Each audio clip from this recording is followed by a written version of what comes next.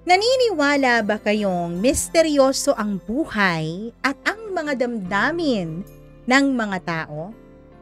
Naniniwala rin ba kayo na magdaling magbago ang mga ito? Lalong-lalo na yung sinasabi nilang feelings? Nako, isang nakakatuwa at napakagandang kwento ang ibabahagi ko sa inyo for today's video. Kaya naman, relax lang kayo dyan. At syempre, lakasan nyo na ang mga volume ng inyong TV, inyong computer or cellphone or speaker habang nakikinig kayo ngayon. Dahil eto na po ang inyong paboritong programa, ang Dear Mamma Mia.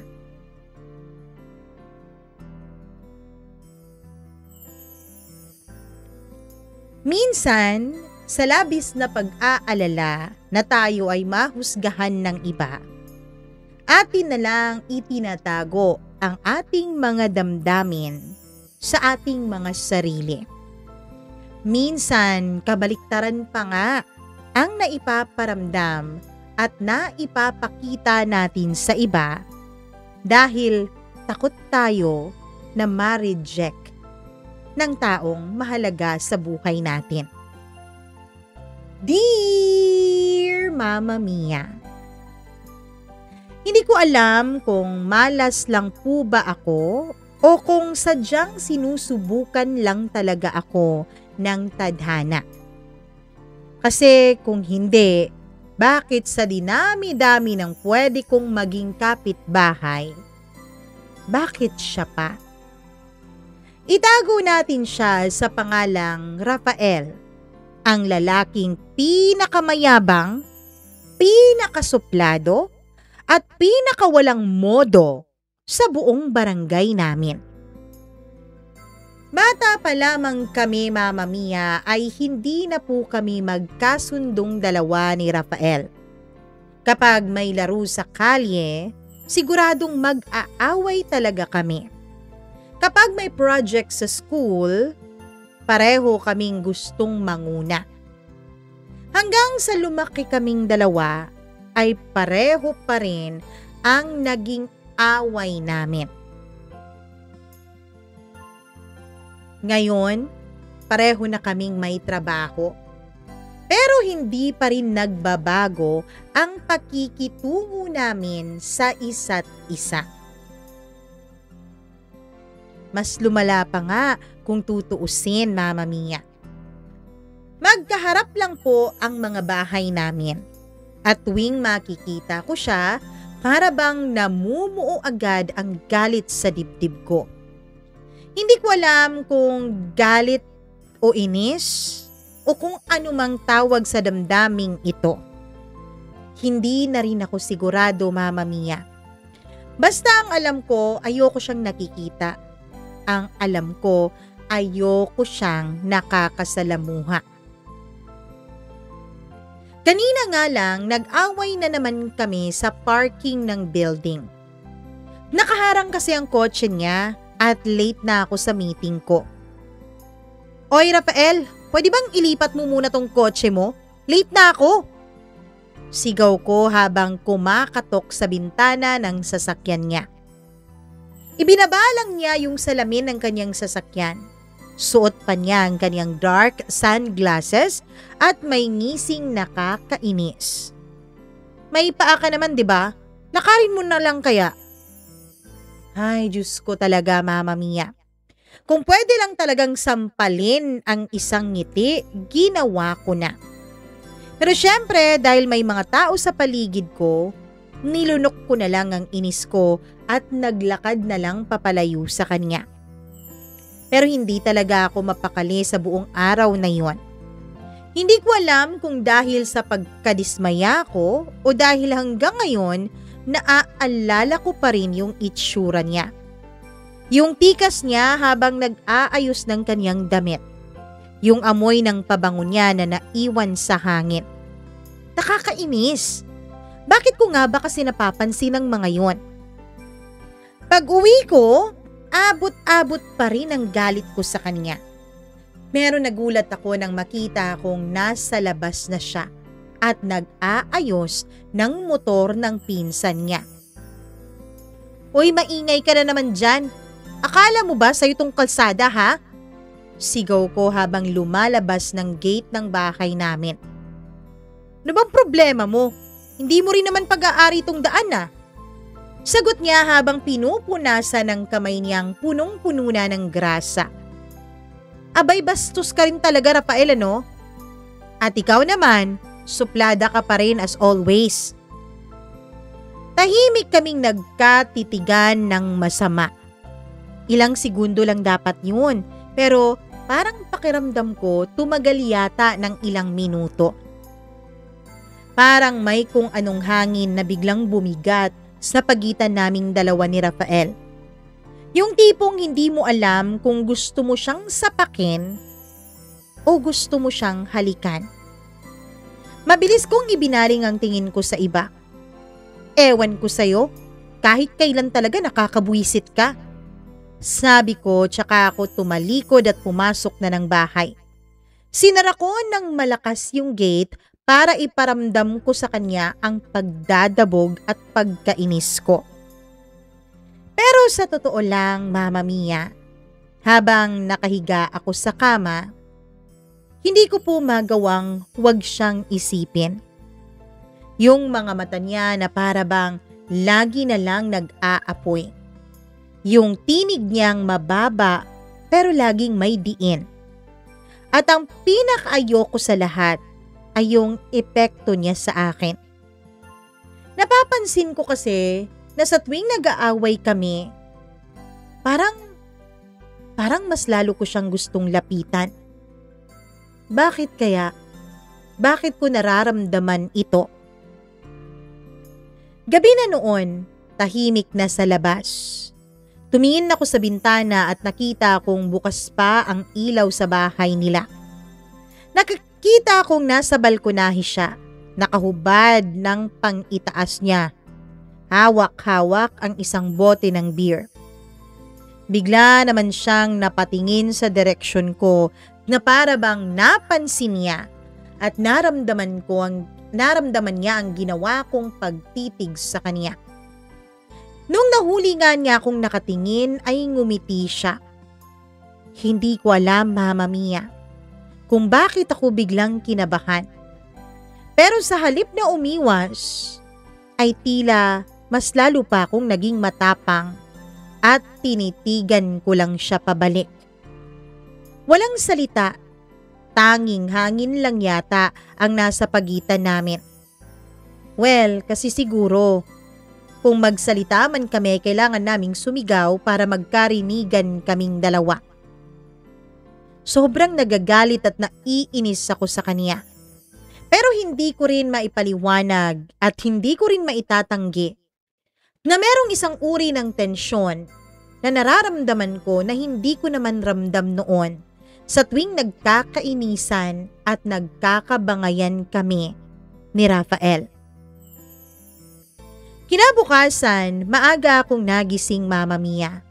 Well, partly dahil sa alarm na naset ko, pero mas dahil sa iniisip ko pa rin yung nangyaring titigan sa aming dalawa ni Rafael kagabi. Bakit ko nga ba tinitigan si Rafael ng ganon? Para bang may magnetong humihila sa akin, kahit alam kong dapat ay umiwas ako. Tigilan mo na nga yan, Lira. Wala kang mapapala sa taong yon. Sabi ko sa sarili ko habang nagtitimpla ako ng kape ko. Paglabas ko ng bahay, ewan ko ba, eksakto namang palabas din si Rafael ng bahay nila. Nakaputing polo, naka-rolled up pa yung sleeves at nakangiti pa siya sa akin na akala mo ay close na close kaming dalawa. Pero alam ko naman, Mama Mia, na yung ngiti niya na yun ay ginagawa niya lang yun para mas lalo akong mairitas sa kanya. O kapitbahay, ang aga mo ah. Hindi ka na ba nagmumura sa umaga ngayon? Sabi niya habang inaayos ang susi ng kotse niya at nakatingin pa talaga sa akin. Alam mo, maganda ang umaga ko kanina. Kasi hindi pa kita nakikita.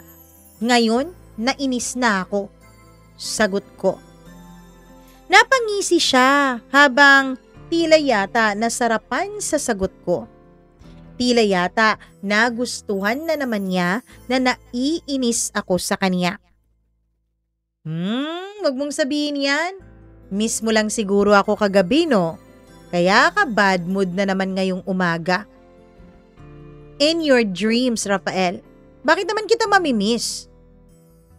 In my dreams or in your dreams? Bakit? Napanaginipan mo ba ako kagabi? Oo, binangungot ako sa pagmumukha mo. Ikaw ang laman ng panaginip ko, kaya muntik na akong hindi magising. Sabi ko. Tumawa siya ng malakas. Yung mahabang tawa na nakakaloko talaga, Mama Mia. At sa di ko malamang dahilan, ay bigla na lang parang tumigil ang paligid sa aking paningin.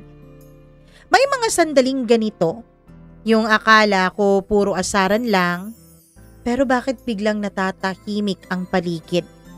Bakit tila nakakaramdam ako ng mabigat at kakaibang klase ng init at tensyon?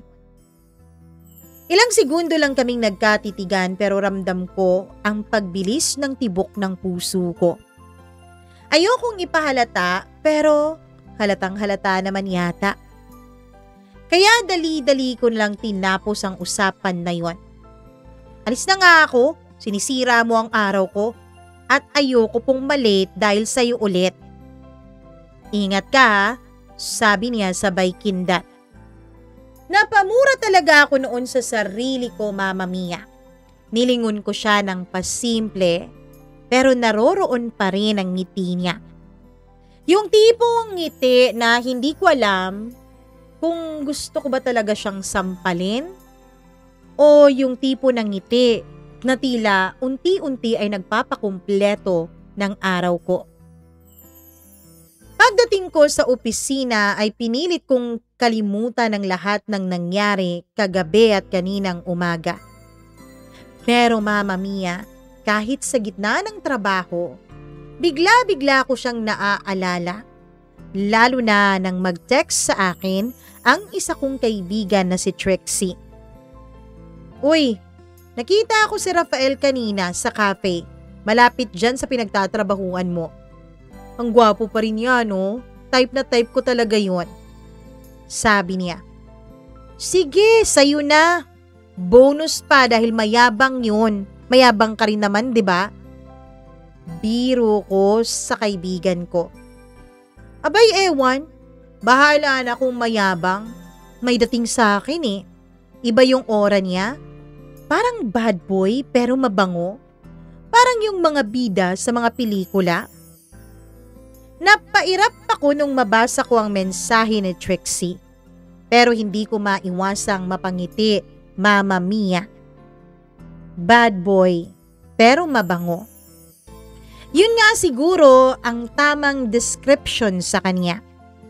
Kahit nakakainis, may kung anong panghila talaga ng kanyang pagkatao na para bang kinakarisma niya maging ako.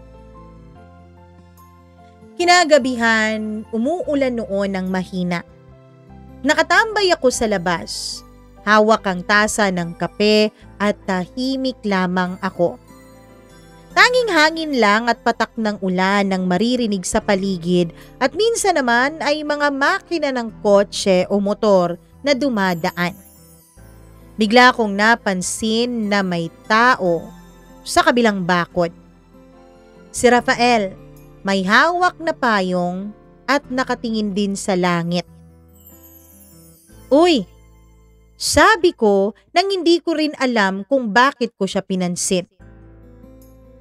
Uy! Sagot niya. Ang tahimik mo yata ngayon. Wala ka bang pasigaw sa akin ngayon? Pagod lang ako, Rafael. Hindi kasi lahat ng oras gusto ko makipagsagutan sa iyo, no? Sabi ko. Tumahimik kaming dalawa. Tumingin siya sa akin tapos ngumiti. Ewan ko ba, Mama Mia? Para akong nalulunod sa ngiting iyon. Hindi na kasi yung ngiti na parang nang-aasar, kundi yung tipong ngiti na parang totoo. Yung malambing, yung nakakailang, lalo na sa aming dalawa na laging nagbabangayan. Alam mo, Lira, kung hindi lang siguro tayo ganito, baka magkasundo pa tayo, no? Sabi niya.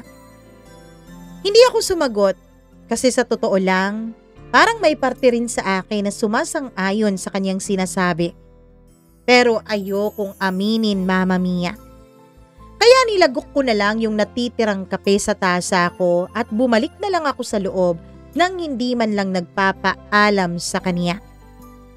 Pagpasok ko, humiga ako pero hindi ako mapakali.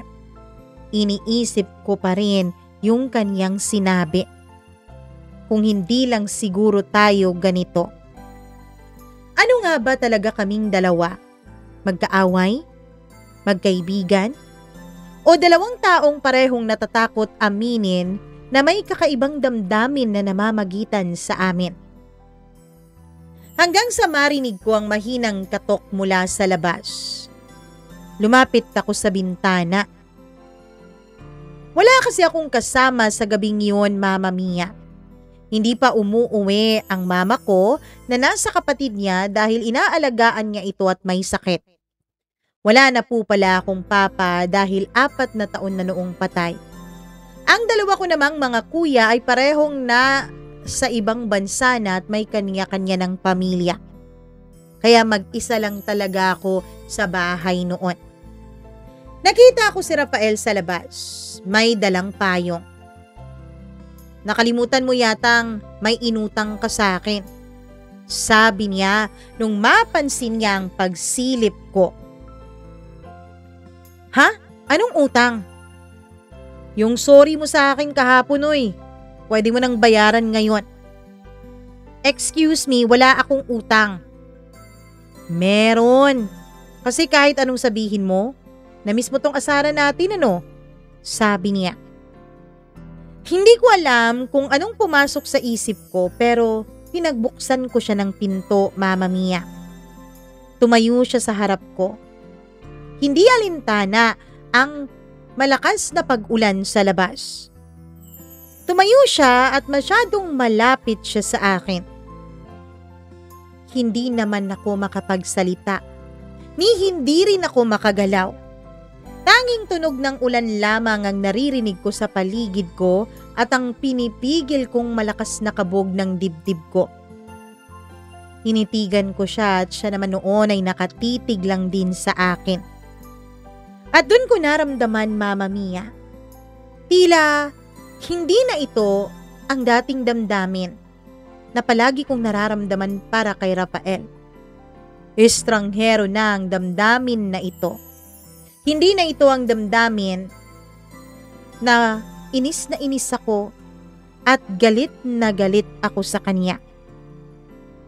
Nakatayo lang siya noon sa harap ko, hawak ang payong na parang wala namang silbi. Kasi hindi naman niya inaayos ang pagbitbit, kaya medyo nababasa na rin siya sa ulan noon. May mga patak ng ulan na unti-unting dumadaloy sa noo niya. Pababa sa kanyang leeg hanggang sa dibdib na bakat sa manipis niyang t-shirt. Hindi ko alam kung dahil ba sa lamig ng gabi o dahil sa presensya ni Rafael. Pero parang hindi ako bigla makahinga, Mama Mia. Rafael, sabihin mo nga, ano ba talagang ginagawa mo rito? Tanong ko at pilit pinapakalma ang sarili ko. Pilit kong pinapakita sa kanya na hindi naman talaga ako apektado sa presensya niya. Umiti siya. Yung tipong simpleng ngiti pero may halong lambing at tila may halo ring konting kayabangan. Sabi ko na nga ba hindi mo rin ako mapapalayas kahit gusto mo. Sabi niya.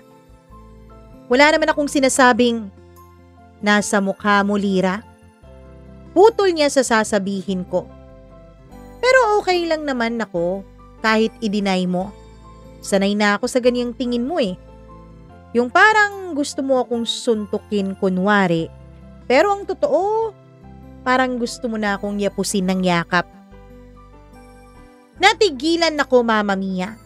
Dati-rati, agad-agad ko namang nariribat yung mga sinasabi niya. Agad-agad ko siyang naiinis at agad-agad akong sumasagot ng pabalang sa kanya. Pero ngayon, hindi ko alam kung paano siya sasagutin. Kasi sa'yo ko lang aaminin, totoo, Mama Mia. Hindi ko rin talaga alam kung alin sa dalawa ang gusto kong gawin. Rafael, pwede bang umuwi ka na nga? Parang nilalagnat ka na yata at nagdidiliryo ka na sa mga pinagsasasabi mo. Alam mo, hindi ako nilalagnat. Totoo, may nararamdaman akong init pero yan ay dahil pinag-iinitan mo rin naman ako. Rafael! Sigaw ko. Joke lang. Ikaw naman, di na mabiro. Sabi niya pero hindi naman siya gumalaw, Mama Mia. Nakatayo pa rin siya doon. Nakatingin sa akin na para bang may gusto pa siyang sabihin pero pinipigilan niya lang. Sa pagitan ng tunog ng ulan at tibok ng puso ko, ramdam na ramdam ko yung kakaibang tensyon sa pagitan namin. Yung uri ng tensyon na mas malakas pa yata kaysa sa mga naging sigawan at pag-aaway namin dati. Sa totoo lang, Mama Mia, ang sabi nga noon ng mga magulang namin, para raw kaming aso't pusa.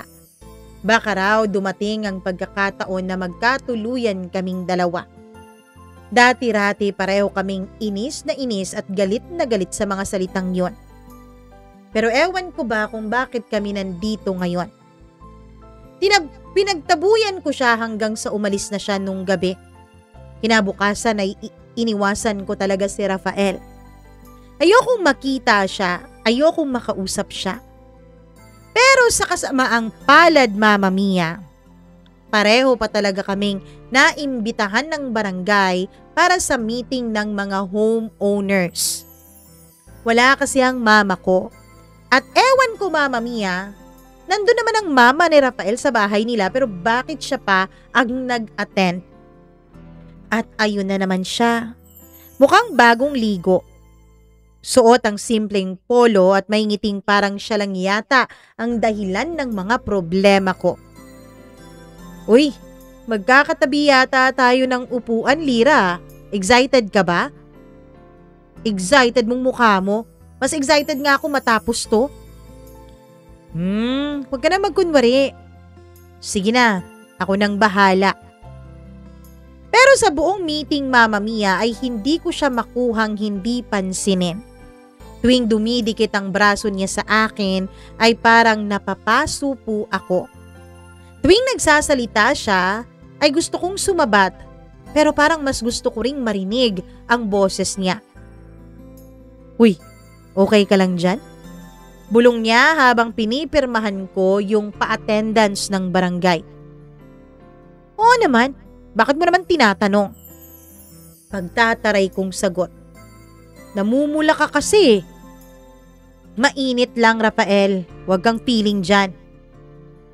Sabihin mo, ako ang dahilan ng pamumula mo. Napairap ako. Pero hindi ko maitago ang ngiti. Hindi ko rin maitago na may kung anong saya sa dibdib ko noon. Bakit kaya ganon? Bakit ko nararamdaman bigla ito para kay Rafael? Pag-uwi namin, sabay kaming naglakad papunta sa tapat ng bahay. Tahimik lang, walang nag-uusap. Pero pareho kaming alam na parang may nakabitin na tensyon sa pagitan namin.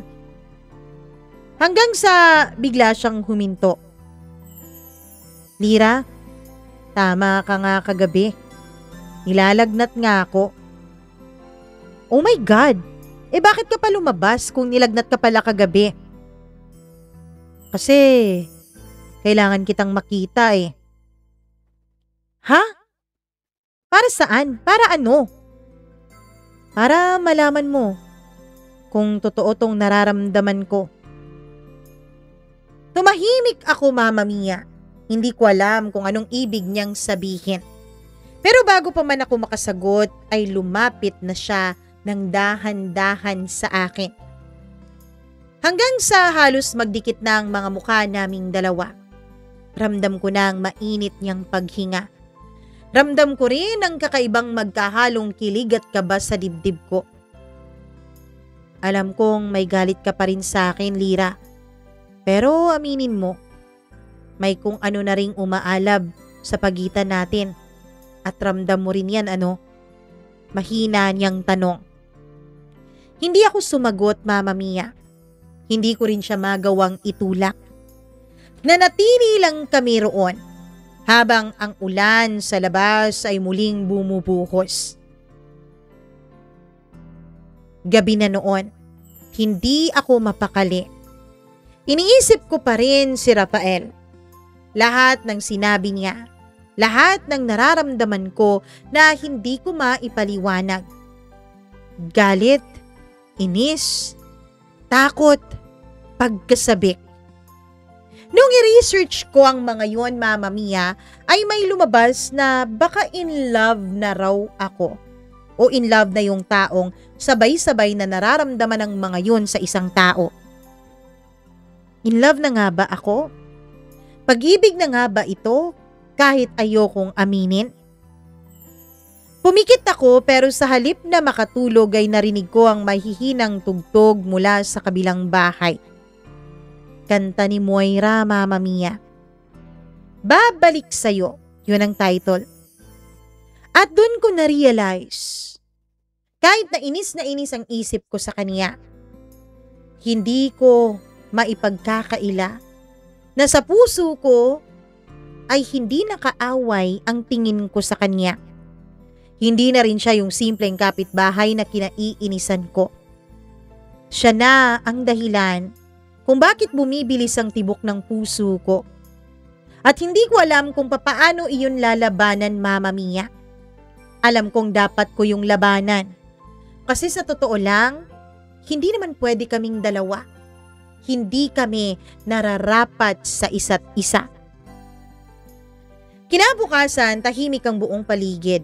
Parang nagkasundo yata ang langit at lupa na bigyan ako ng pagkakataong makapagpahinga. Pero kahit gano'n ay hindi pa rin ako mapakali. Kahit anong iwas ko ay lagi kong naiisip si Rafael. Lagi kong naririnig sa ulo ko yung boses niya kagabi. Para malaman kung totoo tong nararamdaman ko. Paulit-ulit yun sa utak ko. Mama Mia, dapat ba akong matuwa o dapat ba akong magalit? Kasi kung totoo man yung nararamdaman kong kilig, mas lalo lang akong nalilito. Paano nga ba niya ako magugustuhan? Pareho naman nakaaway ang tingin namin sa isa't isa. Naglakad ako palabas ng bahay para magdilig ng mga halaman ni Mama. Hindi pa rin kasi siya umuuwi sa araw na yon kasi lumulubha yata ang sakit ng tita kong may cancer.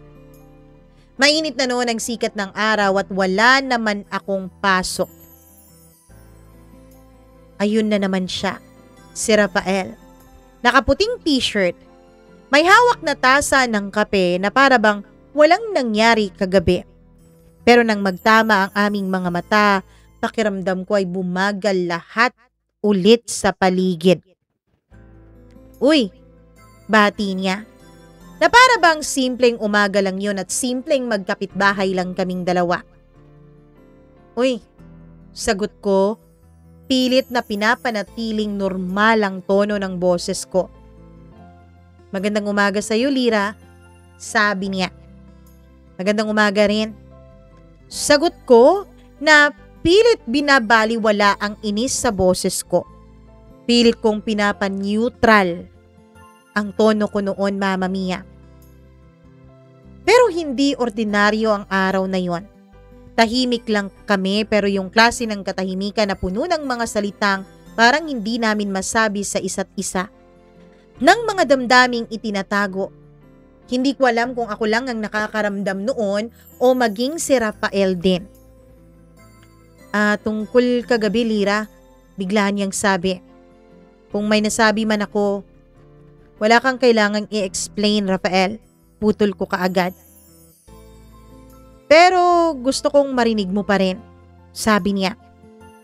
Lumapit siya, hindi yung malapit na malapit pero sapat, Mama Mia, para maramdaman ko ulit yung tensyon sa pagitan naming dalawa. Hindi ko alam kung dapat ba akong umatras o manatili sa kinatatayuan ko. Bawat hakbang niya ay tila mas lalong lumalakas ang kabog ng dibdib ko. Hanggang sa maramdaman ko na lang ang presensya niya sa harap ko. Malapit, oo, pero hindi naman sobrang lapit. Hindi ko alam kung kailan nagsimula, Lira. Mahina niyang sabi. Pero tuwing nagagalit ka sa akin, hindi ko alam kung gusto kitang kontrahin o gusto kitang yakapin. Natawa ko ng mahina. Pero hindi naman talaga totoong tawa yon. Ikinubli ko lang ang totoo kong nararamdaman sa tawa na yon. Ang labo mo, sabi ko. Siguro nga malabo, pero yun ang totoo.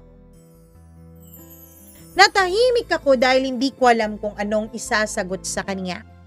Ang hangin ay dahan-dahang humahaplos sa pagitan namin. Ang mga mata niya ay hindi umaalis sa akin. At ako, hindi ako makatingin ng diretsyo. Pero ayaw ko rin namang umalis sa harap niya. Kung ayaw mong marinig to, lalayo ako, sabi niya.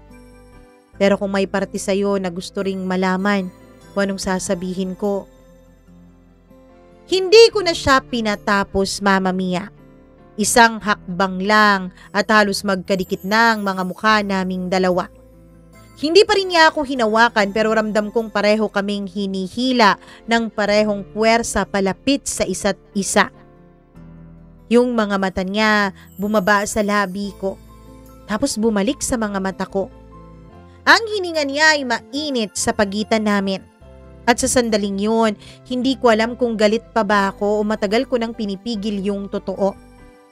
Hindi ko na rin naiisip, Mama Mia, na umaga yun. At baka may mga kapitbahay na makakita sa aming dalawa. Rafael, bulong ko. Wala to. Wala tong nararamdaman natin. Ngumiti siya. Yung ngiti na parang alam na niya ang ibig kong sabihin kahit hindi ko pa sinasabi. Lumapit siya ng mas konti pa. Halos 1 pulgada na lang ang pagitan ng mga labi naming dalawa. Pero huminto siya roon. Hindi niya ako hinalikan. Sa halip ay inilapit lang niya ang noo niya sa noo ko. Kapag ba sinabi kong gusto kita, maniniwala ka ba sa akin? Tanong niya. Hindi ako makasagot. Pero hindi mo naman kailangang maniwala agad. Sana lang maramdaman mo. Sa unang pagkakataon, Mama Mia, walang sigawan na namamagitan sa aming dalawa. Sa unang pagkakataon ay tila naipit yata ang dila ko at hindi ako nakapagsalita. Kasi sa pagitan ng tibok ng puso naming magkalapit, sapat na yung katahimikan. Mainit, mabigat pero marahan. Wala na yatang salitang kinakailangan para malinawan kami sa lahat. Simula ng gabing yun ay may nagbago. Hindi ko man kayang aminin ng direkta pero alam kong ramdam din iyon ni Rafael. May kakaibang lambing sa tuwing magtatama na ang mga mata namin. Hindi na puro inis, hindi na puro asaran. May halong pangamba kasi pareho naming alam na kapag may umamin, may mawawala rin. Lumipas ang mga araw hanggang sa dumating ang Lunes ng umaga. Habang nag-aayos ako ng mga paso sa labas, dahil 9:00 pa naman ang pasok ko sa trabaho noon, ay bigla na lang siyang sumulpot dala ang mga bagong tanim na halaman. Sabi ni Mama, ipapabigay raw sa mama mo para raw mas gumanda din yung view mo. Sabi niya habang binubuhat ang mga ito sa harap ng gate namin. Wow! Ano to? Peace offering? Sabi ko at nakangiti. Hindi, si mama talaga ang bumili niyan. Tsaka naisip ko paalala na lang, kahit ayaw mo sa akin dati. Gusto kong bumawi sa'yo ngayon. Kahit na iniinis kita dati at lagi kitang tinutokso. Tumawa ako ng mahina, hindi dahil sa sinabi niya kundi dahil sa paraan ng pagkakasabi niya. Naramdaman kong may sincerity, may lambing. Di ko alam kung ini-imagine ko lang iyon. Basta sa unang beses, parang ayoko siyang itulak palayo. Lumipas ang mga araw hanggang sa unti-unti na kaming nasasanay sa presensya ng isa't isa. Kapag umuulan, pareho kaming nasa tapat ng bahay. Parehong nakasilong sa kanya-kanya naming bahay. Walang usapan pero sapat na yung tinginan. Minsan naman kapag nagkikita kami ay nagkakabiruan na kami, nagkakaasaran, pero sa dulo ay laging tila may katahimikang may laman. Hanggang isang gabi, Mama Mia. Brown out sa buong lugar. Scheduled brown out yun kasi summer na yun. Tahimik, madilim. Lumabas ako para kumuha ng flashlight pero bigla kong narinig ang boses niya mula sa labas ng gate namin. Uy, may kandila ka ba riyan? Meron pero konti na lang to eh. Pwede bang makahingi kahit isa lang? Pagbukas ko ng gate ay nandun siya. May dalang dalawang baso ng juice at ngiting parang may lihim. Akala ko ba manghihingi ka ng kandila? Sabi ko. Eto nga pampalit ko sa kandila, baka singilin mo ko. Sige, pasok ka muna. Hanapin ko muna yung kandila. Pumasok siya at sa liwanag ng kandilang nasa gitna ng mesa ay nagmukha kaming dalawang taong napadpad sa ibang mundo. Tahimik lamang kami. Naramdaman kong mainit ang namamagitan sa amin. Baka dahil summer na, wala ring electric fan at wala ring aircon kasi nga rotational brownout. Nasa pagitan namin noon ang liwanag ng apoy na kumikislap-kislap sa hangin habang iniinom namin yung dala niyang dalawang baso ng juice. Lira? Bulong niya habang nakatitig sa apoy. Naisip mo ba kung bakit lagi tayong nag-aaway dati? Siguro dahil pareho tayong matigas ang ulo at pareho nating inaasar ang isa't isa? Sabi ko. Maniniwala ka bang hindi lang yun ang dahilan? Pakiramdam ko kasi Lira, pareho tayong takot aminin na may gusto tayo sa isa't isa. Hindi ako nakasagot noon, Mama Mia. Hindi dahil sa hindi ko alam ang sagot, kundi dahil ayoko talagang umamin sa kanya na nagugustuhan ko na siya. Ang dami-dami kong gustong sabihin sa'yo, dagdag niya. Pero ewan ko ba, tuwing nandito ka, tila nauubos yata lahat ng salita ko. Tiningnan ko siya at sa sandaling yon ay parang huminto ang paligid. Tanging apoy ng kandila at tibok ng puso namin ang nararamdaman ko. Ang tingin niya sa akin, direktang direkta.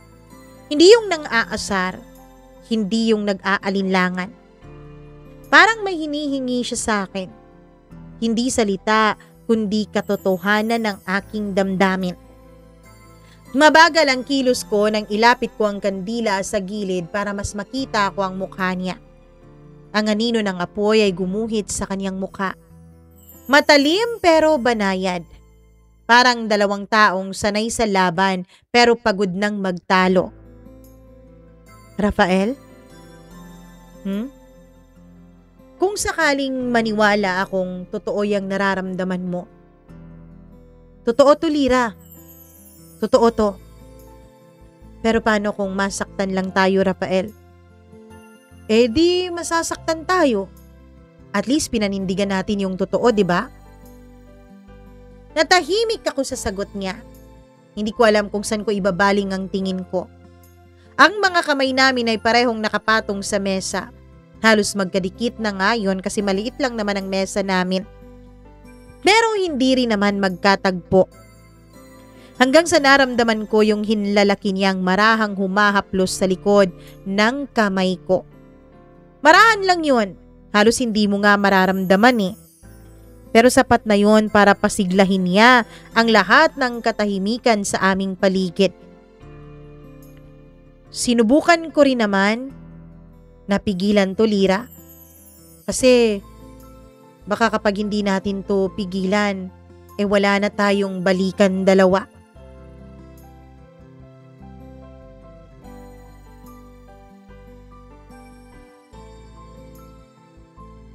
Bakit? Bakit wala na tayong magiging balikan? Kasi baka masakit. Baka mahirap.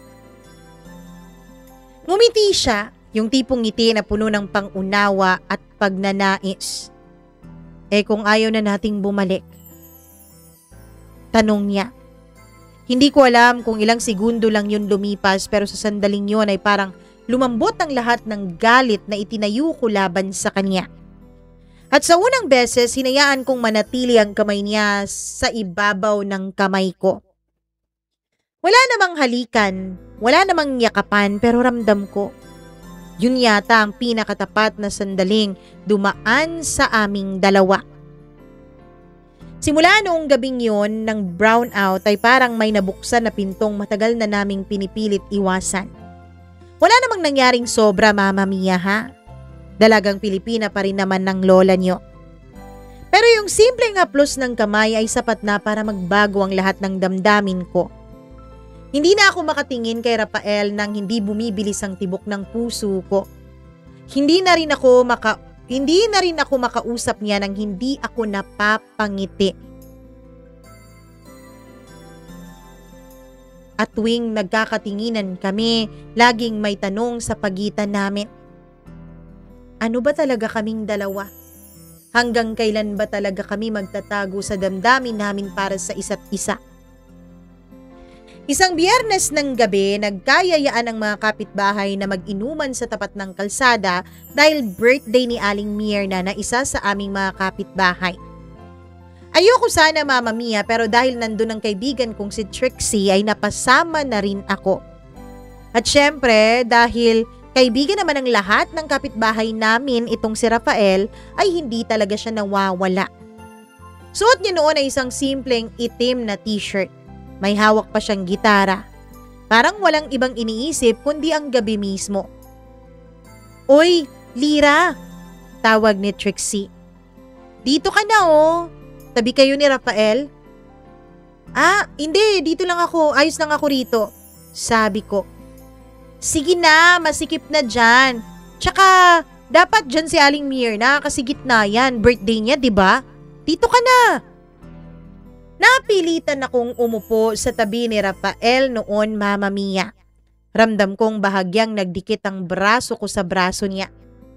Naramdaman ko agad na tila may apoy na sinindihan. At kahit malamig ang hangin nung gabing yun, ay para akong sinisilaban sa loob. Habang tumatakbo ang gabi ay may mga kantahan, tawanan, inuman at biruan. Ngunit sa gitna ng lahat ng ingay, ay tila may sariling ritmo kaming dalawa ni Rafael. Minsan magtitinginan lang kami at parang tumatahimik ang paligid. Ayun oh, yung dalawang laging nag-aaway noon. Biro ni Mang Lito na kapitbahay namin. Ngayon kung umakto, parang magjowa na. Tumawa ang lahat at ako naman ay napahiya. Si Rafael ay ngumiti lang. Pero yung ngiti niya ay tila may ibang kahulugan. Sana nga. Mahina niyang sabi na halos ako lang naman yata ang nakarinig. Pagkatapos ng inuman, isa-isa nang nag-uwian ang mga tao. Ako ay naiwan pa sandali para tumulong kay Aling Myrna na magligpit ng mga bote. At syempre nandun din si Rafael. Kunwari ay tumutulong din pero halata namang gusto lang niya talaga akong samahan. Tahimik kami habang nag-aayos hanggang sa bigla siyang magsalita. "Naaalala mo pa yung una nating away, Lira?" Tanong niya. Ah, yung sa project sa high school? Nagmukha kang galit na galit pero sa totoo lang kinakabahan ka? Sabi ko, "Uy, hindi ako kabado nun ah." Sabi niya, "Talaga? Kasi ako kabado rin noon eh. Akala ko nga susuntukin mo na rin ako." Nagtawanan kami. "Sana nga, ako na lang ang sinuntok mo," sabi niya. "Kasi kung ginawa mo yun, baka mas maaga tayong naging magkaibigan." Tumigil ako sa ginagawa ko at tumingin ako sa kanya.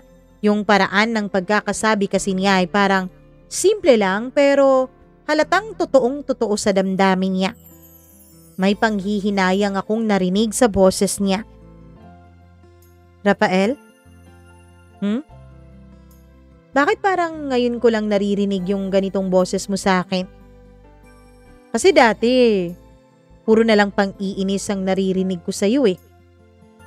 Iniinis kita kasi ikaw rin naman, puro sigaw ka lang din sa akin." Natahimik kami, Mama Mia, pero hindi yung boring na tahimik. Yung klase ng katahimikan na parang ayaw mo nang matapos. Lumapit siya bahagya sa akin, hawak pa rin niya ang basurahan na parang dahilan lang para manatili siya roon. Mainit ang tingin niya. Hindi naman sa binabastos niya ako pero parang puno ng pagnanais. "Lira, sa totoo lang, kahit pigilan ko, lagi kitang hinahanap-hanap." "Rafael, baka nadadala ka lang." Hindi ako nadadala lang, Lira. Matagal ko nang alam to. Ngayon ko lang talaga nagawang aminin. Tumigil ako. Yung tibok ng puso ko ay parang gusto nang sumuko sa lahat ng depensang itinayo ko. At bago ko pa makontrol ang sarili ko ay naramdaman ko na lang ang dahan-dahang paglapit niya. Hindi naman siya humahalik pero naroon yung init. Ang mga labi niya ay halos sumayad na noon sa noo ko. Marahan lang. Ilang sandali na parang yakap ng hangin. Mahinahon pero totoo. "Hindi ko hihilingin, Lira, na mahalin mo agad ako ngayon. Gusto ko lang malaman mo yung nararamdaman ko," sabi niya. Hindi ko na namalayan na umalis na pala siya, Mama Mia, at naiwan na pala ako roon na nakatulala. Pero nakangiti ang puso at nalilito ang damdamin. Hindi ko alam kung anong mas matindi, yung kababa sa dibdib ko o yung matinding pagnanais kong maramdaman ulit sa tabi ko yung presensya niya. Pagkatapos ng gabing yun ay parang nagbago talaga ang lahat. Wala namang malinaw na nangyari sa aming dalawa ni Rafael, pero bawat kilos, bawat sulyap ay parang may kasamang lihim naming dalawa. Minsan magkasabay na kaming lumalabas ng gate ng bahay namin para pumunta ng opisina. Minsan magkasabay na rin kaming bumibili sa tindahan sa tabi ng kalsada. Pero sa bawat pagkakataong yun ay magtatagpo ang mga mata namin kahit tahimik lang kaming dalawa. Parang alam namin ang laman ng aming mga damdamin kahit hindi pa namin sabihin.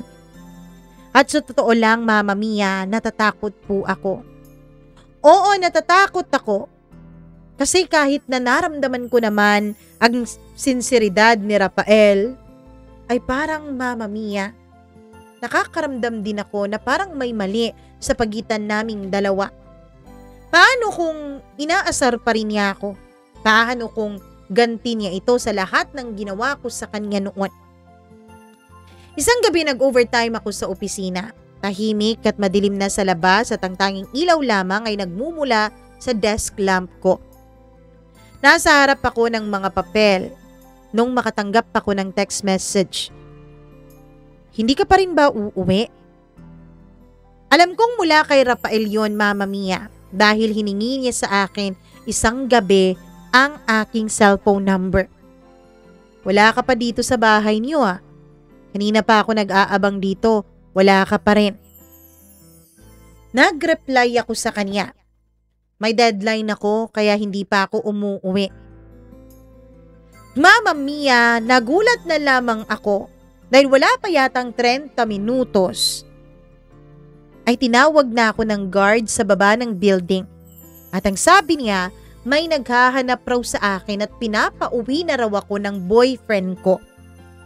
Pagbaba ko, gulat na gulat ako dahil si Rafael yung nandoon. Napalunok pa nga ako, Mama Mia. Hindi ko alam kung bakit pero parang may halong kilig at takot yung titig niya sa akin. Kaya imbis na tumugon ay nagkunwari na lamang ako na nagulat sa pagdating niya. Manong Guard, di ko naman boyfriend yan. Sabi ko pa kay Manong Guard. Ay, hindi pala ma'am. Sabi niya kasi girlfriend niya kayo eh. Gusto niyo bang tumawag ako ng pulis? Tumawa ako. Nakita ko ang pagkainis sa mukha ni Rafael. Ay, hindi na po. Kapitbahay ko po yan. Parang inutusan yata ng nanay ko na sunduin na ako kasi gabing-gabi na. Ah, ganun po ba ma'am? Sir, pwede po bang makahingi ng ID? Susulat ko lang po dito, baka kung anong mangyari kay ma'am. May masabi man lang ako sa mga pulis. Inis na inis si Rafael na inabot yung kanyang ID sa guard. Natawa na lang ako, Mama Mia, habang papaalis kaming dalawa. Pinasakay niya ako sa kotse niya. Ewan ko kung bakit sumakay din ako doon. Bakit mo sinabing di mo ako boyfriend? Bakit? Boyfriend ba kita? Sana sinakyan mo na lang yung sinabi ko. Ay naku, hindi na no. Baka kung saan mo pa ako dalhin. Baka kung i-massacre mo ako. At least may suspect na ngayon. Alam na ni Manong Guard. Tawang-tawa pa rin ako pero nakita ako sa mukha ni Rafael na naiinis siya. Kaya lang, hindi na niya pinatulan pa yun, Mama Mia. Nung nakita ko ang inis niya ay doon ko naramdaman yung kakaibang sensasyon sa loob ng dibdib ko. Magkahalong kaba, magkahalong pagsisisi kasi parang nasaktan ko yata siya. At may isang bagay na ayokong pangalanan noon. Nasa traffic light kami nang dahan-dahan siyang lumapit sa akin. Nakastop pa kasi kami noon at ang traffic light na yon ay medyo matagal talagang mag-change ng color. Parang natatakot ako sa ginagawa niya. Lira, tawag niya sa pangalan ko habang unti-unting lumalapit yung labi niya sa mukha ko. Bakit? Kung hindi mo ako gusto, sabihin mo.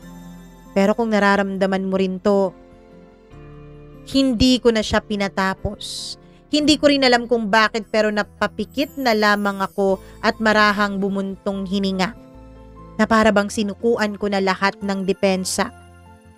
At sa pagitan ng tahimik naming mga diwa, Mama Mia, ay naramdaman ko na lang ang kaniyang labi sa labi ko. Mabagal, malambot, at malambing lang ang halik na yon. Kung kailan susuklian ko na sana ang halik na yon, ay biglang may bumusina sa likod namin. Pareho kaming dalawa, Mama Mia, na nagulat.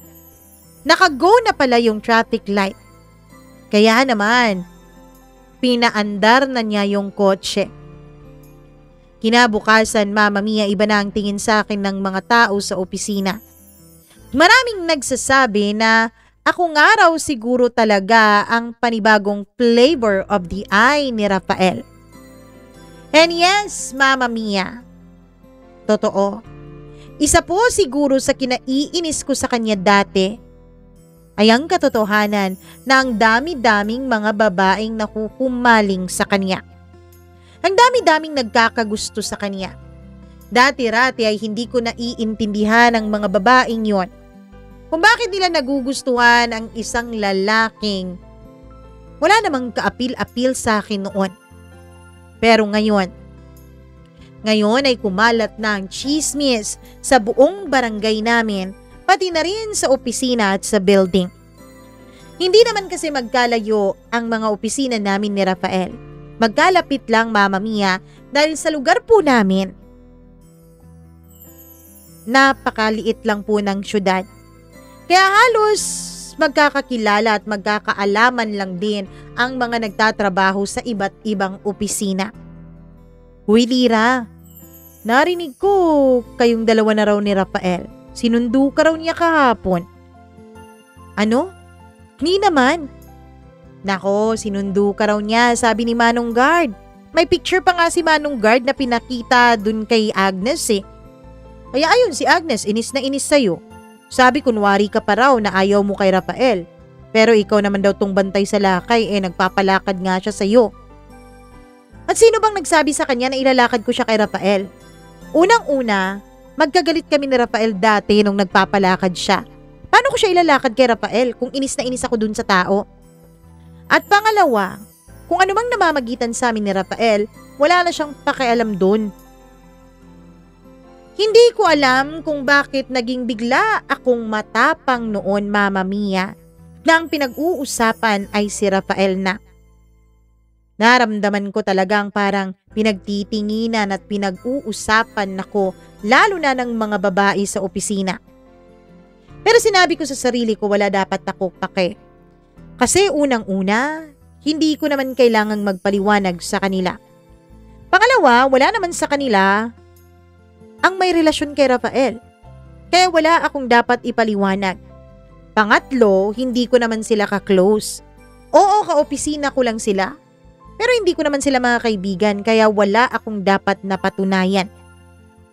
Hinayaan ko na lang ang chismis, Mama Mia. Hanggang sa isang hapon ay pumunta na naman si Rafael sa opisina. Sinundo na naman niya ako and by this time, Mama Mia, may dala pa siyang pasalubong na siopaw. Nakita siya ng mga kasamahan ko dahil halos kasabay lang din kami lahat noon na lumabas ng opisina. Wala kaming overtime noon dahil tapos na ang mga deadlines namin. Nung makita nila si Rafael ay kunwari ay nakangiti sila. Pero alam ko naman na sa likod noon ay nililibak nila ako. Tara na nga, nakakainis yung mga yan eh, sabi ko. Pumasok ako agad sa kotse niya at hindi ko na inantay pa si Rafael. Ilang saglit pa ay pumasok na si Rafael matapos niyang makipagngitian kay Agnes. Oh, ngiting-ngiti ka naman dun sa Agnes na yun. Plastic yun. Nako, ikaw talaga. Nagsiselos ka lang yata kay Agnes eh. Excuse me, hindi ako nagsiselos sa babaeng yun. Siya nga tong inis na inis sa akin eh. At bakit naman maiinis sa'yo si Agnes? Kasi po, may gusto sa'yo yung babaeng yun. Pinagseselosan niya ako. Akala niya, girlfriend mo ko. Bakit? Hindi ba nila alam na girlfriend nga talaga kita? Sino bang may sabi sa'yo na girlfriend mo ko? Sandali sabi niya, tapos biglang bumaba sa kotse niya na noon ay hindi pa niya napapaandar. Muli niyang tinawag si Agnes at yung iba ko pang mga kasamahan sa trabaho. Sorry hindi ko nga pala nasabi sa inyo. Si Lira nga pala ang girlfriend ko ngayon at siya na yung huli at pakakasalan ko. Inis na inis ako. Mama Mia, bumusina na ako para pumasok siya sa loob pero hindi pa rin at pinagmamayabang pa rin niya ako sa mga kasamahan ko bilang girlfriend niya. Kaya ang ginawa ko ay bumaba ako sa kotse niya. Aalis na sana ako pero bigla niya akong ginila at siniil ng halik sa harap ng maraming tao. Yung iba, lalo na si Manong Guard, ay nagpalakpakan pa talaga. Pero yung mga babae, lalo na si Agnes, ay nakita ko talagang namula sa galit ang pisngi niya. Ako naman, hindi ako mapakali noon. Gusto kong itulak papalayo si Rafael pero aaminin kong kinilig ako sa ginawa niya. Kaya napapikit na lang ako. Matagal ang naging halikan namin na yun, Mama Mia. Sa sobrang inis ni Agnes ay tumalikod na siya at hindi na niya pinakita ay hindi na niya nagawang itago ang galit niya. Nung nagpalakpakan na ang lahat at nag-congratulate sa amin ay pumasok na kaming dalawa ni Rafael sa kotse. Wala kaming imikan dalawa. Inihatid niya ako sa bahay. Pumasok ako sa loob nang hindi man lang ako nagpapaalam sa kanya. Hindi ko kasi alam kung anong isasagot ko. Hindi ko rin alam kung paano ako magsasalita sa kanya, gayong buong puso ko namang sinagot ang mga halik niya sa akin. Buong puso ko namang tinugon ang matamis niyang halik sa akin kanina sa parking lot ng building namin. Hindi ako mapakali sa gabing yon. Kinatok ako ni Mama dahil kakain na raw. Ayokong lumabas pero ayoko ring magtaka si Mama. Di ka na, kumain na tayo. Ano pong niluto niyo? Sabi ko nung palabas na ako sa kwarto. Hindi ako nagluto. Nag-order kasi si Rafael. Nagulat ako, Mama Mia, dahil pagpunta ko sa may sala ay nandun si Rafael pati ang mga magulang niya. Nandun din ang kapatid niyang babae na siyang kasama lang nila sa bahay dahil yung iba niyang mga kapatid ay pareho ng mga kapatid ko na nasa ibang bansa na. Nung nakita ko si Rafael ay may bit-bit po siya na bouquet of flowers. Hindi niyo man lang sinabi sa amin na kayo na palang dalawa? Tama pala talaga kami nung mga maliliit pa kayo na kayo rin talagang dalawang magkakatuluyan. Tawang-tawang mama ko at ang mama ni Rafael na tila ba handa nang magpakasal kaming dalawa. Rafael, anong ginagawa mo dito? Tanong ko. Nandito ako para formal na patunayan sa'yo, sa mga magulang ko at sa mga magulang mo, na totoo, sincero ang nararamdaman ko sa'yo, Lyra. Mahal kita. Mama Mia, hindi ko alam kung kikiligin ba ako o maiinis ako sa sobrang pagkapahiya ko sa sinasabi niya. Pagkatapos nun ay bigla siyang lumuhod sa harap ko. Iniabot niya sa akin yung bouquet at kinuha ko naman. Pagkatapos may dinukot pa siya sa bulsa niya. Gulat na gulat ako, Mama Mia, dahil may sing-sing siyang dala. Kaya ako umalis agad kanina nang hindi man lang nagsasabi sa'yo dahil binili ko to. Lyra, matagal ko nang alam na ikaw ang gusto kong pakasalan at makasama habang buhay. Hindi ko lang talaga alam kung paano ko yun gagawin. Ngayon, sa harap ng mga mahal natin, di man sila kumpleto dahil wala ang iba dito, pinapangako ko sa iyong aalagaan kita. Mamahalin kita. Wala nang iba pa, ikaw lang talaga. Lyra, will you marry me? Mama Mia, sa sobrang pagkagulat ko ay hindi na ako nakapagsalita. Tanging tumango-tango lamang ako tapos sunod-sunod nang tumulo ang mga luha sa mga mata ko. Sa gabing iyon ay agad kaming na-engage ni Rafael. Masaya namang nag-uusap ang mama ko at ang mga magulang niya tungkol sa magiging kasal naming dalawa. Kami naman ni Rafael ay tila mga lovebirds na walang pakialam sa paligid. Hindi kami mapaghiwalay.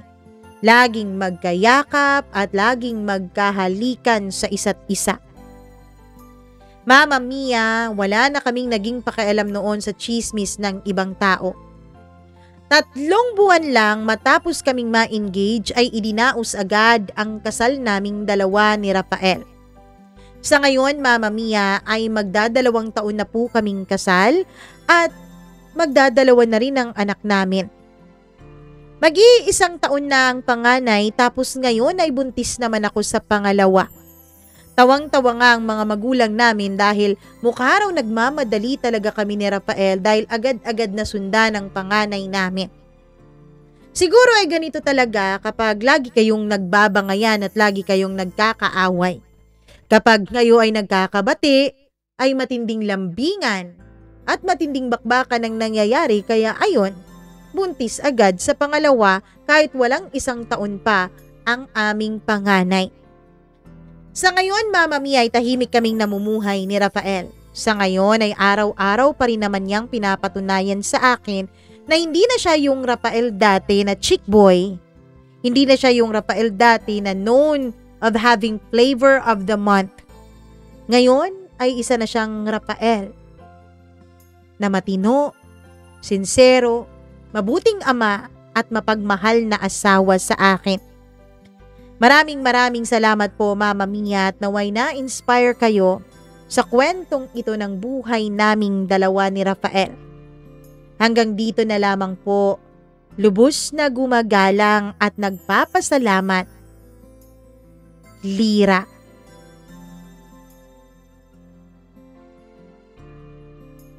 Ang ganda naman ng kwento, nakakakilig. Ayun. Congratulations, Lyra and Rafael, at naway magmahalan talaga kayo habang buhay at wag nang magpadala ng sulat dito na may kaliwaan na nangyayari, 'di ba?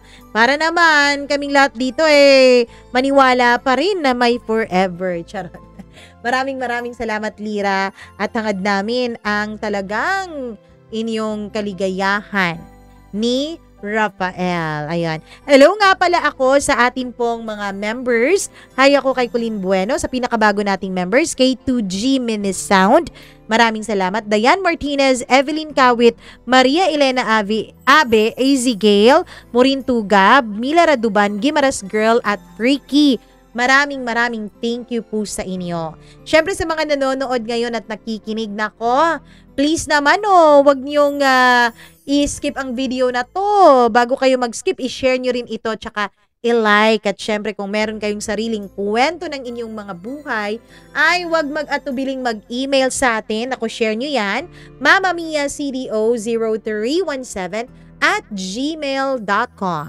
At syempre wag nyo rin kakalimutan na kapag nakapag-share na kayo, na kapag nag-subscribe na kayo, click nyo rin yung notification bell para lagi po kayong nano-notify sa tuwing meron tayong mga bagong uploads. At wag nyo rin kakalimutan na may isa pa tayong channel na hindi pa natin naaasikaso, ang Encounters with Mama Mia. Andyan po sa baba yung link. Maraming salamat po sa inyong lahat.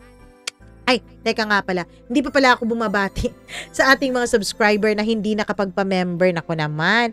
Hi, ako kay Liza Chin, maraming salamat. Kay Charlene Baclohan, maraming thank you talaga. Leonida Ramirez, hi, Ramirez, ay arty sa ang pangit naman ng Rimiris. Alcura Ukit, Christina Season, Elizabeth Lagunday, Elena Lynn, maraming salamat. Marvy Montesilio, thank you very much. At sa lahat ng ating mga tagapakinig, ayun, ang pinakabago nga pala nating member si Smackdax. Maraming salamat sa'yo. Josephina, hi. Abigail Tenorio from Cabuyao. Hi din ako kay Ed Santos. Josephina nga pala to. Yun, anong Josevilio? Hello din ako. Kay Jaime Rodriguez, Dina Aliparo, maraming salamat. Madam Dina Aliparo. Sweet K8K, maraming salamat. At sa inyong lahat na nakikinig at nagmamahal sa atin, I love you all so much. Again, kung meron kayong sariling kwento, andyan po sa baba ang ating email address, mamamiacdo0317@gmail.com for your stories. At kung gusto nyo magpa-member, ayan po ang join. Kung may join button dyan sa baba ng video natin, pwede nyo po yung i-click. Kung wala naman, click nyo yung picture ko sa Mama Mia CDO para ma-lead kayo dun sa mismong channel natin. At may nakalagay doon na be a member. Yun po ang pwede ninyong i-click para maging member kayo dito sa channel natin. Once again, thank you so much sa mga hindi nagsiskip ng ads, sa mga laging nag-aabang. I love you. Nako, mag-ingat po kayo palagi. At syempre, tomorrow is November 1. Huwag nating kalimutan na bumisita sa mga mahal nating yumao. Baka tayo ang bisitahin. At bukas, nako, meron tayong Halloween special. O kahapon, parang Halloween special yon, parang. Pero bukas, ang totoo nating Halloween special dito sa Mama Mia CDO channel. Paalam po. I love you. Ingat.